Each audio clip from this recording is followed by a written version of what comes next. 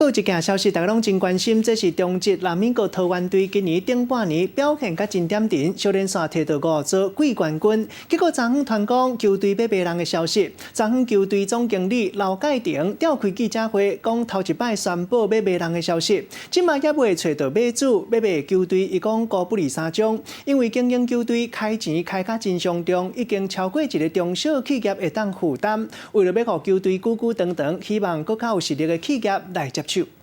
今天在此正式宣布，正式启动拉米狗桃园队的转卖的相关的程序。中职拉米狗桃园队的总经理宣布球队要卖消息。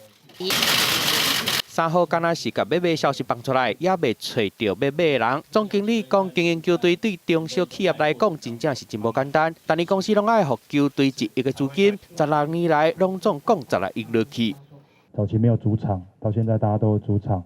甚至二军也有训练基地，与其看着自己的竞争力逐渐的流逝，那倒不如就是说让真正有能力、有新的企业来接手经营。为球迷变做球队的经营者，2003年用1.5亿，甲迄当阵的第一金光队买落来，改名改做人柳行。迄当阵甲高雄丁清湖野球场当作主场，2006年就摕到队史的头一个总冠军，成绩嘛愈来愈好。不过嘛有经历过拍假球的事件，互主场的观众一声就减真济。落尾2011年，佮改名叫做南美国桃园队，甲主场刷去桃园野球场。最近的成绩嘛足好的，小联赛摕5个季冠军。今嘛球队要卖，敢若要求主场爱共款伫咧桃园。球员、教练的这个一切的权益。